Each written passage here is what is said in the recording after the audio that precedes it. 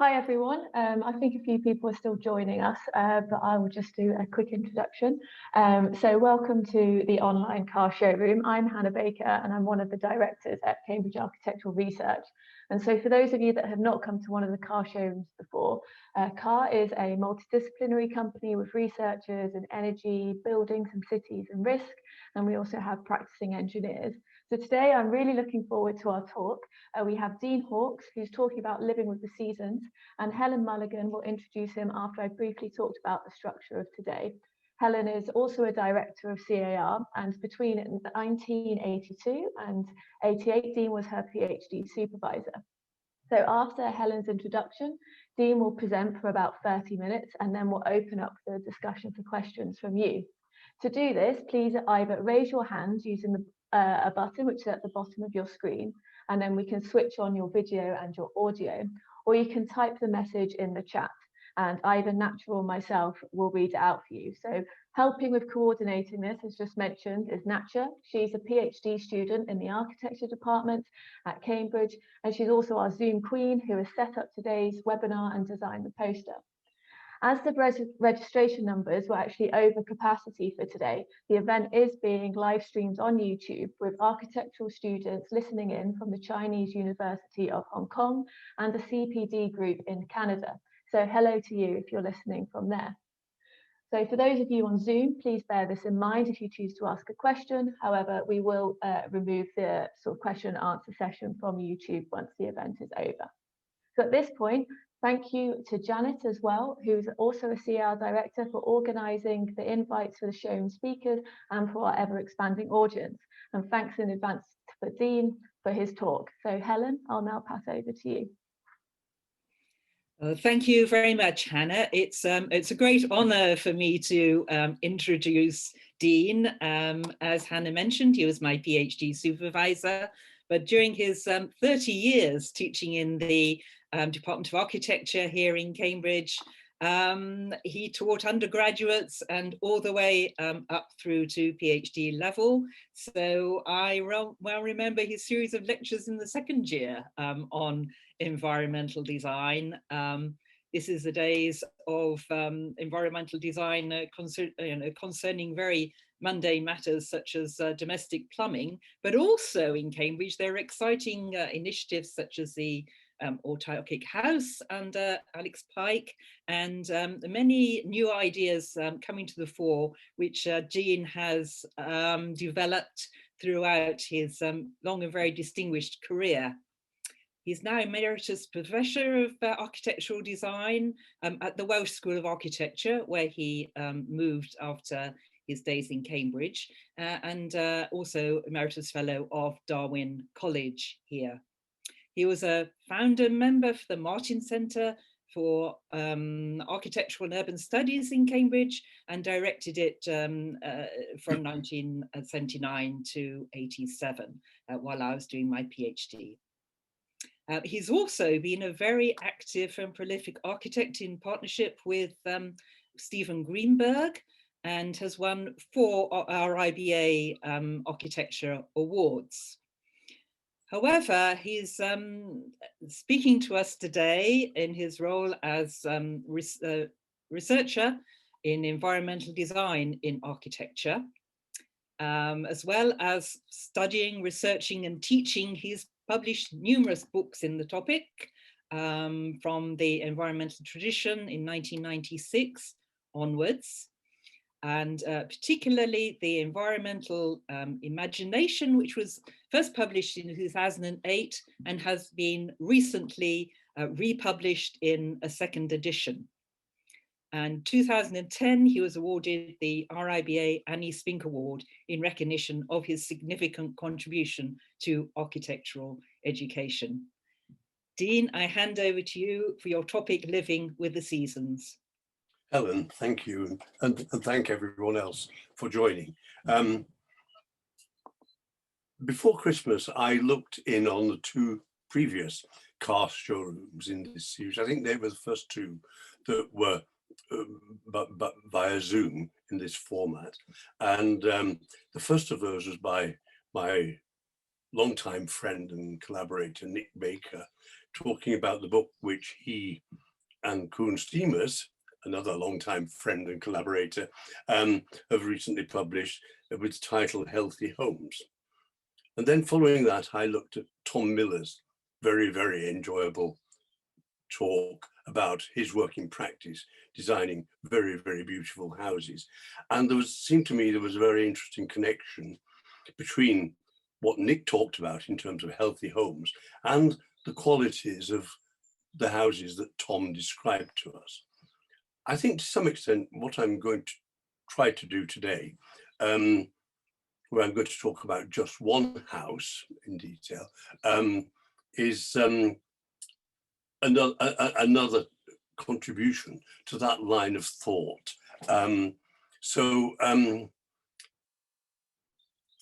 With that, I will begin. I would say one thing in response to what Helen said in her introduction, saying that what I'm going to do today is talk about research. But in fact, I'm also going to talk about practice, because I'm going to talk about this small house, which I built in 1991 in the suburbs of Cambridge.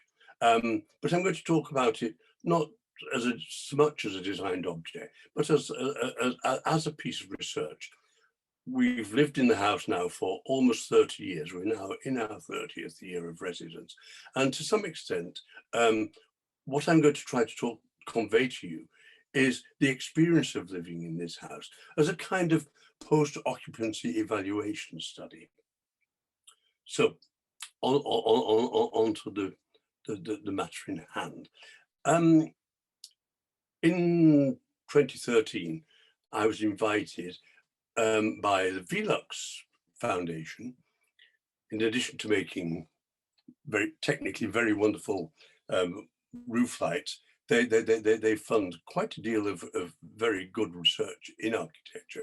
And I was invited with a large number of other people to join a project to look into the idea of the Circadian House, which is very closely related to subject matter of Nick Baker and Koen Steemers' book, Healthy Homes, Principles and Guidelines for Healthy Homes.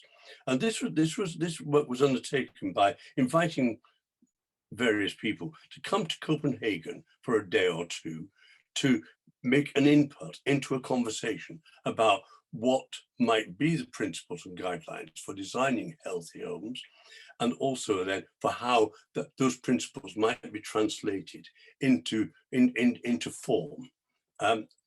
This is a list of the people they invited, just to give you a sense of the international nature. It was multidisciplinary. And you will also notice that amongst the contributors were Nick and Koen, and I was amongst them all. But you can see, just ranging down the geography of this, people mainly from Europe, but other people from further afield, including architects, lighting designers, building scientists, social scientists, biologists, a wonderful multidisciplinary group of people. Coming out of that, in the report, which you can find on the Velux website and easily download, emerged a series of what they call key principles. And there were three main categories. One, that a healthy home, a circadian house, a house in tune with circadian rhythms and so on, would be a house in which one lived in balance with nature. I won't go into great detail on these, which was adaptable and adaptability to changing conditions and needs, daily and seasonal. Very important, this term, daily and seasonal. Daily and seasonal cycle you see occur in the first two categories. And also sensibility. I think the expanded definition of this is rather lumpen, but the emphasis on the senses seems to me to be very, very central to this whole understanding of the nature of a house. Our senses are brought to bear a great deal in dwelling in such buildings and enjoying them. Now, my contribution to this discussion was not to bring in some of my so-called understanding of aspects of building science. Plenty of other people were doing that. I was asked to talk about this interesting, I think quite difficult point by which we have principles, but we translate them into form. That process, sorry, a few more, some of the key factors about of a circadian house before I go there. Again, I won't read through them, but you can get a sense of things of light, dark, natural, artificial light and rest activity, cool, warm, questions like that. But my contribution was to talk about how we translate these principles into forms. As a researcher, also architect, it's a question which has exercised me a great deal for much of my life in this field. And what I did was to take with me some examples of buildings which I thought in some way illustrated circadian principles, which were not following from the research, but which anticipate the research. The word I used was antecedents. So the first building I showed, I think was perhaps rather surprising, was this remarkable building, Hardwicke Hall in Derbyshire, as you can see, finished at the end of the 16th century by Robert Smithson, great Elizabethan architect. This might seem rather surprising as an antecedent of these modern principles of how we live in association with, in sympathy with the seasons. But it's a house I've done a great deal of research on over the last 20 years or so, and is illustrated and discussed in some of my books, and in some recent research I've undertaken with my friend Ronald Lawrence, who some of you will know, who was a student and a PhD student in the Cambridge School at the Martin Centre, and is now teaching in the school at Liverpool. And recently, Ronald and I have completed an annual cycle of thermal monitoring in key spaces in this house. And we can demonstrate that even as long ago as the 16th century, this house was designed with very careful attention to the specific orientation of certain key rooms in relation to the way in which the building was inhabited. But enough of that at this point. But another building which I took to Copenhagen with me on my memory stick was this, and Tom Miller showed this wonderful house in Storage Way in Cambridge by Bailey Scott as an important reference to him in his work. And the Arts and Crafts house as a general type is a house which seemed to me to be very much proto-Circadian in its principles and approach. And so we see 48 Storage Way wonderfully from the north facade. And then if we look at the south side, there it opens up to the sun and begins to demonstrate a very, very, very clear and deeply understood by Billy Scott response to seasons and to the impact of seasons on our lives within buildings. And my final image of this is the wonderful living room at 48 Storage Way, where we have the bay window full of sunlight. You can be in there on the winter's morning. And so we have that wonderful invention of the ingle nook as a kind of microclimate within the greater space, and so on. All of those qualities expected by identified by the principles of a circadian house are all in a way already latent in this wonderful house. Now, to come to this house, which we began with, and which we'll spend the rest of this time looking at, built between 1989 and 91, designed in 89, completed in 91. This image taken at the winter solstice in 2011, early afternoon. We're looking from the west eastwards, and you can see that the house has this simple monopitch block to the left, which is on the northern boundary of the site, and has other accommodation extending across the site to the south, a very narrow site.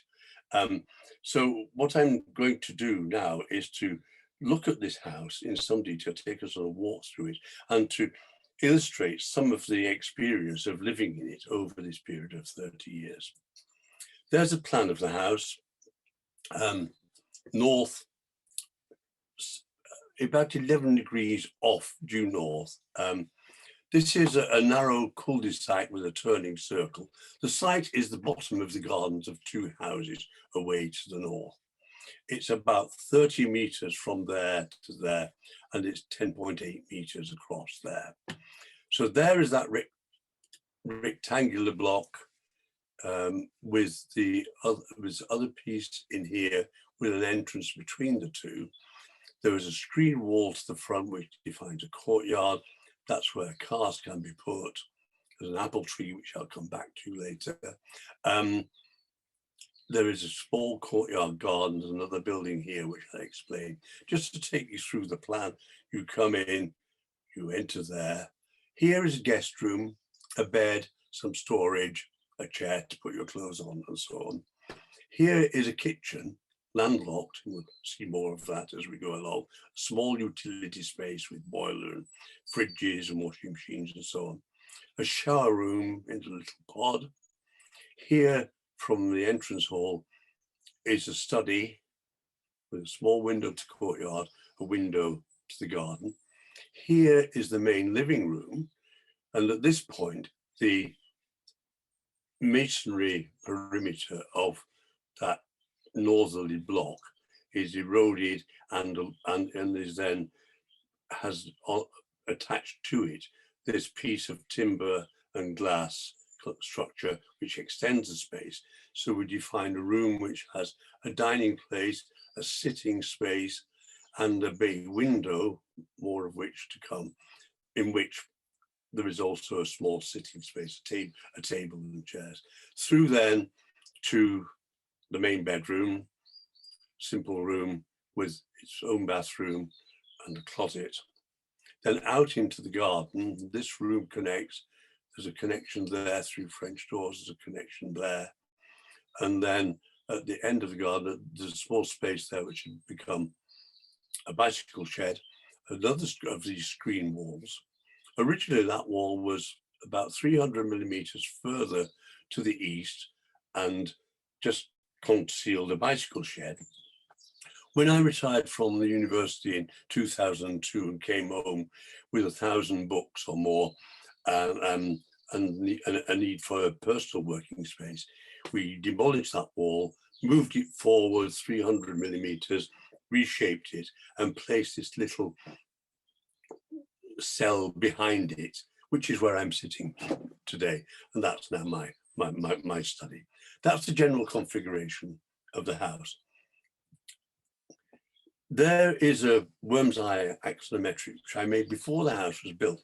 I show you this just to show that within the principal masonry block, the cross section is quite complex. So simple flat ceilings in the guest room, in the bedroom, in the dining area, but over the sitting part of the main living room behind the bay window, which as you can see is very tall, and in the kitchen, the ceiling is a curved semi-vault, and more of that in a moment. It plays quite an important part in the way in which the house works. Now, very quickly, orientation is absolutely fundamental to the idea of this house and to the idea of all houses which are engaged with questions of healthy living, back to Nick's interesting talk. So here I've just placed the plan of the house on the sunpath diagram for Cambridge at 52 degrees north, just to get a sense of the relationship between all of these spaces, internal and external spaces, and the passage of the sun, whether it's the summer solstice around here, reaching 62 degrees at solar noon, and whether it's at the winter solstice, just tracking around low in the sky, or whether it's at the equinox and so on. An essential relationship between making a building and its environment. To illustrate this a little bit further, just a sequence of seasonal diagrams. Here's the winter sun angle through the living room with the bay window and its vaulted ceiling, with 15 degrees sun coming in, striking the back wall of the room. At the equinox, so we're going winter, spring, the sun is at 37 degrees, and we can see it's lower penetration into house. There's still lots of sunshine into there. At summer, the sun reaches 62 degrees. It's just contained on the very edge of the space. And the same sun angle applies even at the lower parts of this glazed structure that stands in front of the block, then back to the equinox. So that's, as it were, the building science. Now back to the experience of the house. This is the house in spring. I think this was 2017, this particular image. At our first Easter in 1992, we planted a little twig which has become this apple tree, and here it is in blossom. Produces huge crops of eating apples every summer. What we're going to do is take a walk through the house. So we walk up here into the entrance courtyard, a sheltered microclimate. We'll come back to that later. In through a discreet front door, and we come into an entrance hall, which is quite dark, light enough, but quite dark. You see it's got a black tile floor. There's a dark green coloured wall there. There's some red paint here, which is on the drum of the bathroom. And you look ahead to the brightness of the living room, lit by south light from a source that you don't actually yet see. If you turn right, there's a timber screen, 4 leaves of this grey painted panel, the middle 2 of which open out. And in summer, we sometimes have the whole house open up. In winter, it's more closed. Just a glimpse into the study and a glimpse into the garden. We'll now turn left and go to the kitchen. And this is the kitchen, which is trapped by the bathroom pot. It's lit by a clerestory light above that, and you can just see the curve of the vaulted ceiling there. Everything is white apart from the black floor. And in building science terms, it's all about the internal reflected component of daylight. The whole thing reflects, and wherever you stand, even with your back to the window, or even here in the shadow shade of the bathroom and the kitchen fittings, you have ample natural light because of interreflection in order to undertake your cutting your vegetables and so on and so forth. And of course, when the sun shines, we get wonderful patches of sunlight streaming in. A small aperture through to the living room, more of that as we go along. Turning and going back towards the hall, you see the clerestory and the view back there. Now we're going to go to there, and we're going to turn. Oh no, a digression. We'll go back to the bathroom. This is I hope you like this little story. When the house was first finished, 1992, it was photographed by Peter Cook, the very good architectural photographer. And Peter came 2 days before his official shoot with, in those days, a Polaroid camera, remember them? And he watched the light for a day. And he noticed that around about midday, there was a little roof light over a shower to the right inside this inside the shower room, which is out of view here. But at midsummer, with high sunlight, the sun came in and struck the basin and white tiles in this small room. When he came on 2 days later, the 28th of June, 1992, I remember the date vividly, he was so engaged with photographing everything else that he decided he would photograph, that he came here too late and the sun had moved, so he didn't get his shot. So this, to console himself, Peter rigged up a battery of photographic floodlights hanging in the shower to simulate the effect of the sunlight. So it's a beautiful image, but it's fake. So a few years later, I decided I'd do the real thing. So this is my photograph, and it really works. That is the real thing. That's the fake. I think the real thing is always better than the fake. Now to the living room. This is looking east on a winter's day. So you can see this is the tall bay window with sunlight coming in the morning. There's an unglazed opening high in the wall there, more of which later. Sunlight comes in, it's illuminating that east-facing wall. That's the same day in the evening with afternoon sun striking the west-facing wall and the back wall. This is early afternoon, bringing sunlight and of course bringing warmth into the house at this point of the year. And you can see again here, it's not cut out behind the bay window. The bay window itself is a key place in the house. We eat breakfast and lunch there every day. We're sometimes lazier about supper, which is often on a tray elsewhere in the house.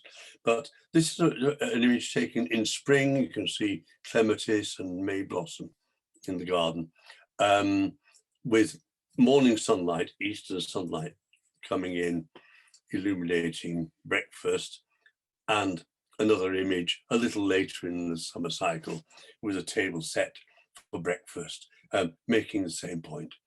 We spend a huge amount of time in that space. It's full of light, it's full of solar warmth. On a sunny, cold winter's day, we can still eat breakfast in passive solar comfort. The bedroom, a very simple space, a pair of curtains across an otherwise undoored opening, with a wall of books, and a bed and a carpet. The bathroom and closet are away to the right, and so a point I'd just like to comment on here is the carpet. The carpet here is grey. If I go back a couple, here in the living room, the carpet is blue. Back to the bedroom. There's a little coding game going on here. We decided on deciding about carpets. These are the only carpets in the house are in the bedroom, in the sitting area of the living room, and in the study. We decided we'd have blue carpets for day rooms and grey carpets for night rooms as a kind of little gentle code and a private joke. Because one of the principles of Circadian House was this question of connection between inside and outside space. And looking from our bedroom, this is what we see into the garden with our greened perimeter. And now I'll say more about this as the garden has evolved. And now a paved terrace with seating there. So we can be in bed and we can enjoy nature, bringing it straight into the interior. Now a little tour around the outside. This is the front garden court where we have a small table and chairs in summer, which is an agreeable afternoon place and evening. The sun is round to the west. This is the rear garden looking westwards. A comment about all of this, the density of trees in the rear gardens of English suburbia is quite astonishing. And we look along the backs of all of the houses in the adjacent roads, nearly all of which have been planted over a period of half a century or more. And we look into a forest, which is quite wonderful. Many years ago, Lionel March wrote a first director of the Martin Centre, wrote an essay, I think it was published in the Listener, called Garden Cities and Cities of Gardens, where he made this aside about the new forests of England are in the rear gardens of suburbia. And we certainly have the evidence of that here. That's looking westwards in the garden, as it now is. That was a photograph taken this summer.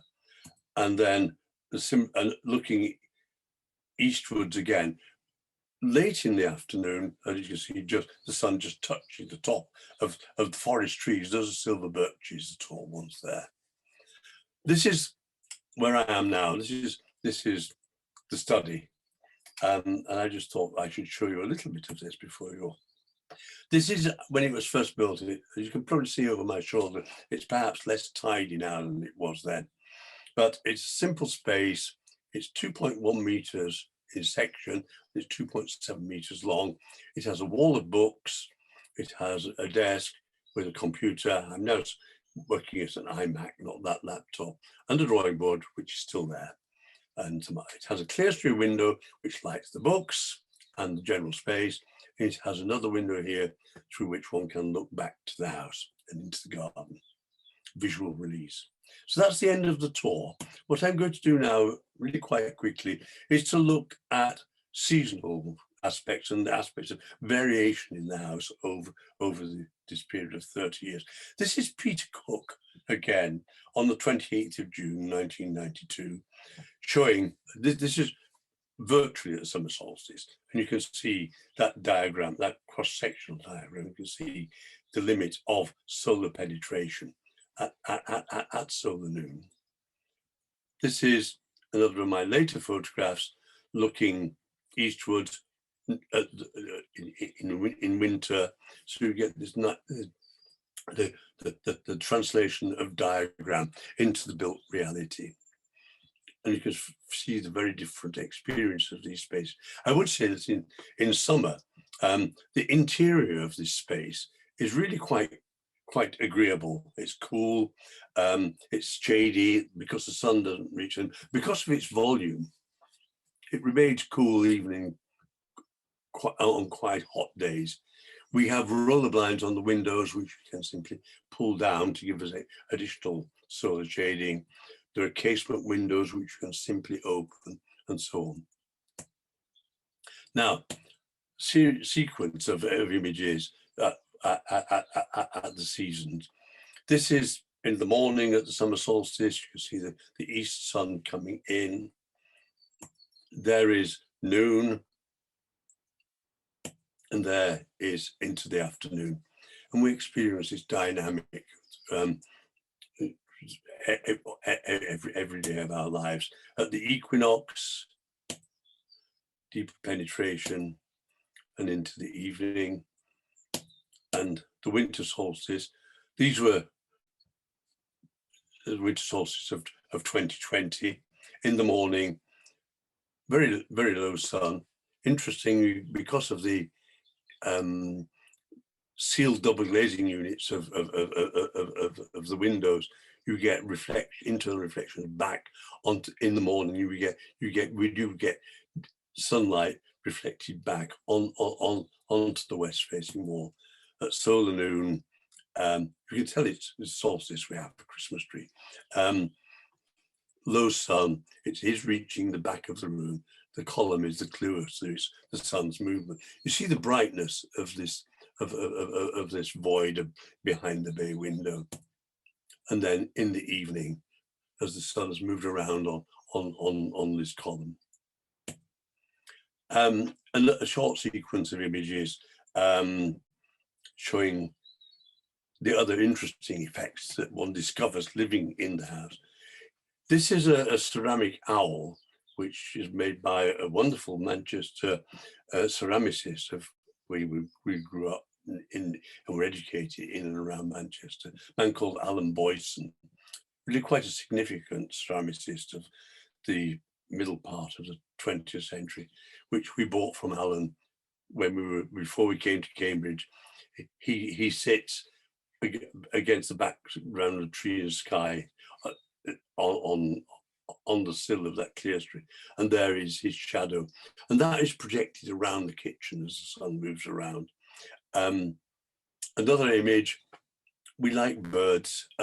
We have the Eames House bird. Some of you will know about the bird, the folk bird, art bird that Ray and Charles Eames had in their house in California, and which you can buy.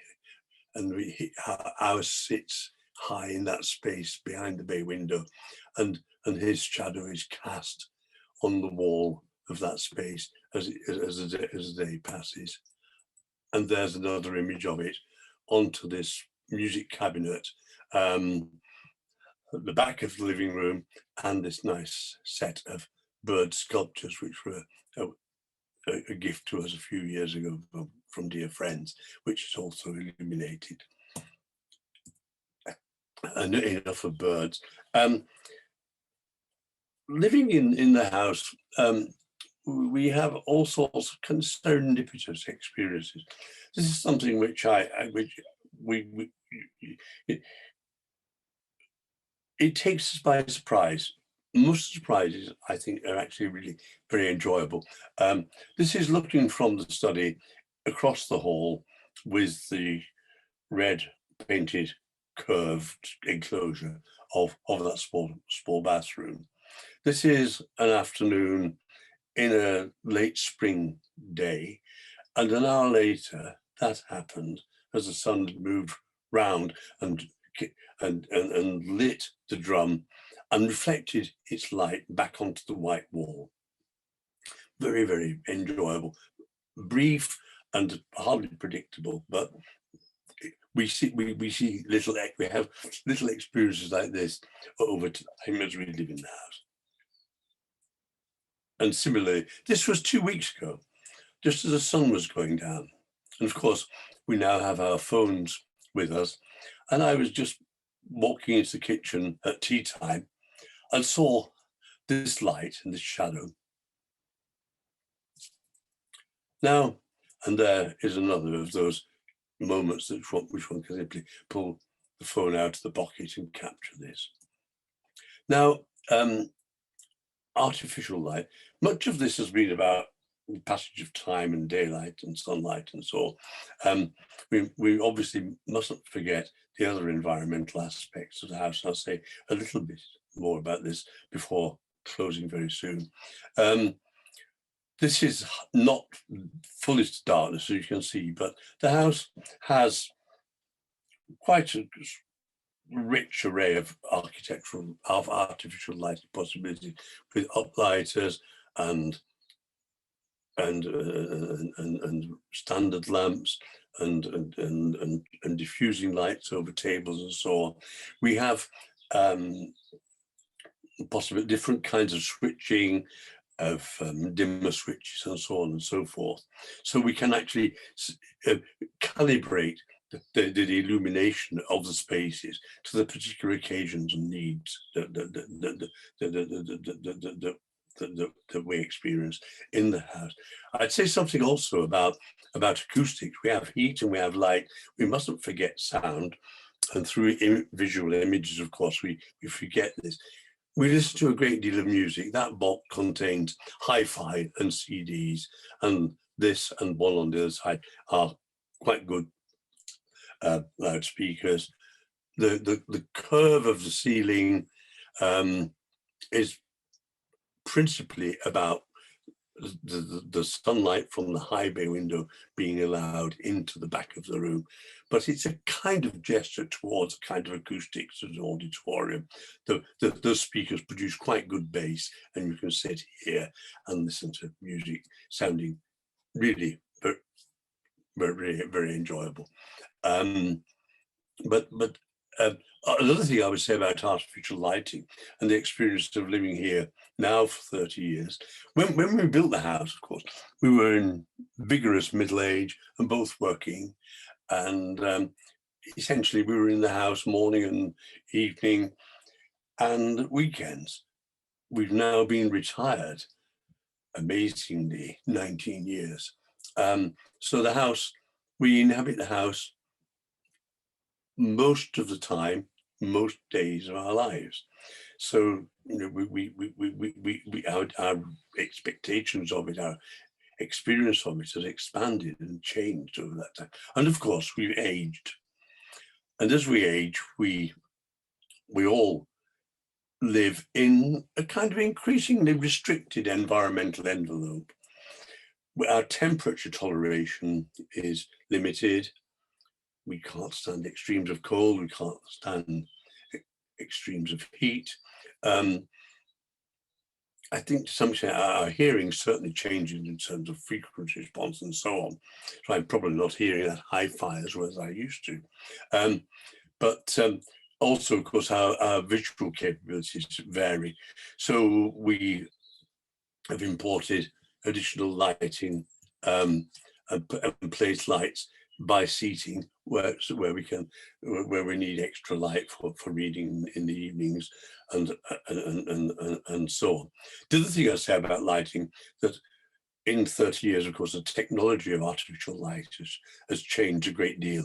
So we've replaced the original tungsten bulbs with varying degrees and qualities of low energy lights into LEDs and so on. And that's a process which goes on without in any significant way changing the qualitative experience of the house, but greatly improves its performance in technical respect.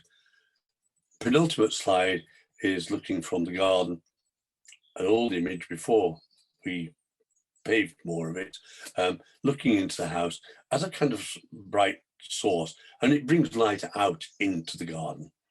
You can actually illuminate the outdoor space by the house itself. We also have other lights there, as you can see. And then my final slide before we hand over to discussion is the bedroom. Again, 28th of June 1992 by Peter Cook. This kind of Edward Hopper-like image of a lit interior from outside. And so at the end of our day, we go to bed. Thank you very much.